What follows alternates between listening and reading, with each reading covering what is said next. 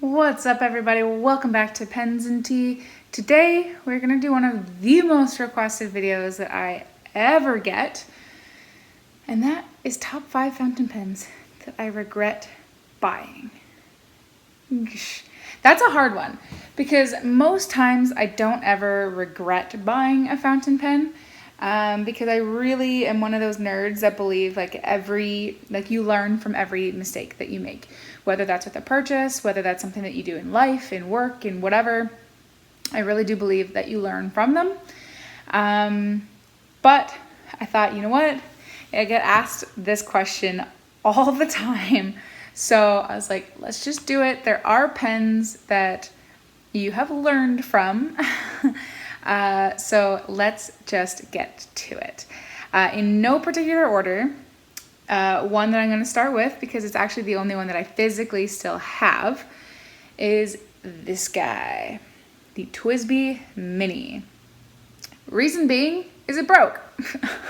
So I had several Twizz Bs before, and I thought, you know what, let's try the Twizz B Mini because everybody raves about it. It's so cute, it's little, and all that jazz.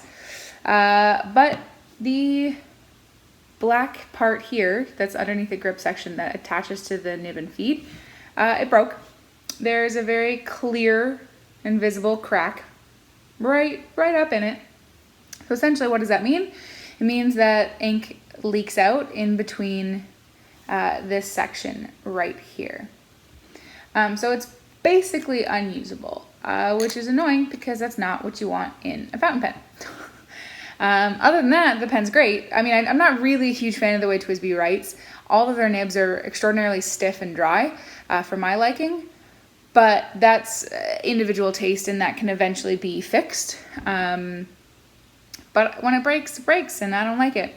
I had heard from a lot of people that this is a very common issue with this pen, but I still went ahead and tried it out anyways, because I've stopped essentially. This is going to be weird coming from a reviewer, but I stopped kind of listening to reviews, if that makes any sense, when it comes to like aesthetic things, because a lot of reviewers will get picky about things. Like the Lamy 2000, for example, there are so many negative reviews about that for people that have issues with that sweet spot. But yet now it's one of my favorite fountain pens. So I take each review, as you should with mine as well, with a grain of salt. This one, I should have listened. This broke within probably a year. Yes, I could have probably gone through Twizz B and gotten a replacement for it. But when your habit is as deep as mine, and you had been about 70 plus fountain pens, yeah, it's just like, whatever, I'm over it. Which is a very bad habit to get into, but yeah, which is why I still have it, and I don't have anything else on my list because I've sold everything else. But I'm never going to sell this one because I don't want to sell a broken pen. That's just silly. But I haven't been able to throw it out yet. I don't know. Probably because I know I can like get a replacement part somehow, but I don't want to do it. So that's why this is on my regret buying list, is because it broke just like everyone said it would. The next on my list is actually the Lamy Studio. The one that I specifically had was the one with the gold nib, which was the also ruby finish, I think. It's like the red shiny one. That was like one of the special editions a couple years back. Gorgeous pen. It wrote very beautifully. I just never used it.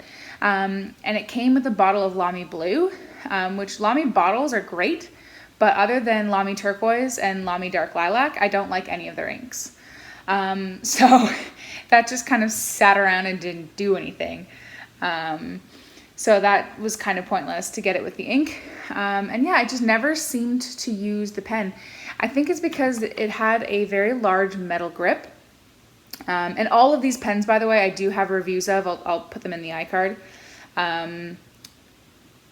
Only now, of course, in hindsight, do I realize that they just didn't fit in my personal life. But anyway, the grip kind of like narrowed down a little bit. And for long extended writing periods, I did find myself having to readjust my grip on that pen. Not that it's super slippery. I'm lucky in the sense that I don't really have very oily hands. So it takes a lot for me to kind of like lose grip on them. But yeah, it's on my list of regret buying solely because I never used it. So short of doing a review for it, it really served no purpose. And I have since sold it. It's gone to a better home. And I hope if whoever owns actually all of the pens coming up, if you're watching this video, I hope that you like it and they're, being well used. Because the next one are technically 2 pens. And yes, I'm playing with a random crappy pen that is on my desk here. The next 2 pens I've grouped together because they're virtually the same thing, and that is the Nooglers, Conrad, and Neponset. Nothing, again, inherently wrong with these pens. They are great pens. It's just I already had the Ahab, and other than the body, really, there's absolutely nothing different. Writing performance is the same, the nib's the same. I just got sucked into that trap of, ooh, different filling system, ooh, new finishes, ooh, isn't it pretty? I got sucked into it and it didn't work out. I'm not a flex pen writer. I do have a few flex pens. I have the Pilot Falcon and I have the Aurora 88, the flex pen, the anniversary pen, and those I much prefer over the Nooglers flex pens. I have the Ahab. I still have the Ahab. I will have it probably for a good long time. I enjoy the Ahab. There's just no point in me buying the Conrad or Neponset, and they're more expensive than the Ahab. So I regret buying them solely because there was no need to. There's no point. I still went to the Ahab over the other 2, and meh. Meh. So yeah, there's just no point in me buying them. So try not to fall into that trap if you can, of the, ooh, shiny, ooh, new filling system, ooh, a must have. The consumerism trap, essentially, is what I fell into.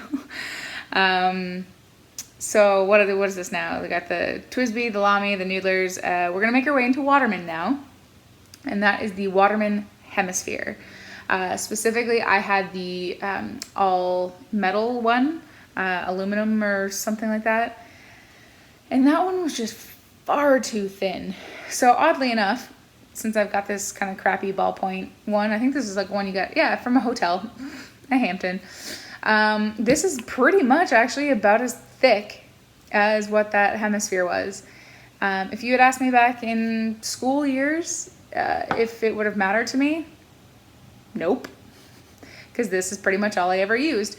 But the more I got into fountain pens, the more realization that I like thicker grips. This is much too thin and it's uncomfortable and you get hand cramp. I guess for women anyways, I've got kind of beefy, stubby hands, so I like a bit better. I don't really like heavy pens necessarily, but ones with bigger grip sections. So the Hemisphere just was not right for me at all. It wrote beautifully, and it was a very nice pen. It was so thin, that I didn't really like it. And as such, I never used it. So it kind of defeated the purpose. So once again, it has moved on to a better home. But yeah. And then lastly, one that's probably going to surprise you.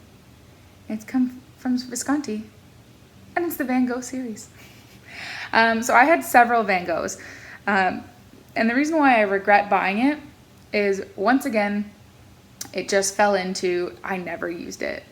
I have since, coming into this fountain pen hobby, I bought so many pens because I wanted to find out what I liked, what fit for me, what things to look for. I wanted to try so many different things.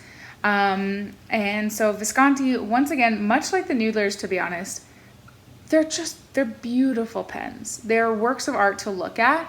And I was like, oh my God, that's gorgeous. I want that. Can you imagine what that would be like to write with? And so I bought like 3 of them. And even though I enjoyed the writing experience, I quite liked them. I don't need that many. I don't need to have 3 Visconti Van Goghs and barely use one. I don't need that in my life. I have other pens that I would tend to gravitate more towards. I will, by the way, come December, be doing an updated top 5 fountain pen list that I did last year. So stay tuned. But I didn't need all 3 of them. So I have since sold all 3 again. And, I never used them. Beautiful pens. I love the way they wrote. They felt, but I never gravitated towards them. I would always gravitate towards my top 5. So again, I fell into the consumerism trap, spent way too much than I should. And that is something that I'm learning the farther into this hobby. I think I'm like my 5th year in or something like that. After going pretty heavy, pretty deep, very quickly, is I've learned that I would rather have one beautiful pen that I use all the time that costs a lot, potentially, rather than having 10 $20 pens. You know what I mean? That are good. I want one great, if that makes sense. Which I'm sure is what everyone's questing after, but that just happens to be me. So that is my top 5/6, if you count the 2 Nooglers, fountain pens I regret buying. This is the Twizz B Mini is the only one that I 100% really regret, because I thought I was going to be the exception. I don't know why, but I did. So this is the only one that's like, whatever to me.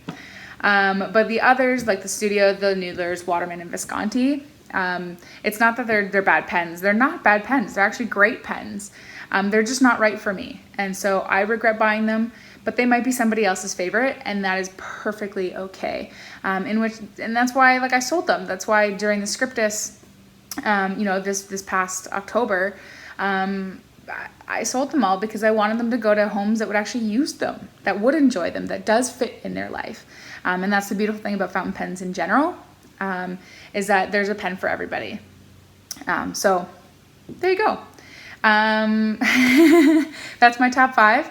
I hope you liked it. For those of you that have been asking for it for a very, very long time, it was difficult to choose, but that's what I have. So if you liked the video, hit that thumbs up button, hit the subscribe button if you want to see new videos every Monday and Friday, and the super duper occasional Q&A on Tuesday. I'm going to try and go back to those. But as always, I'll see you next time, guys. Bye.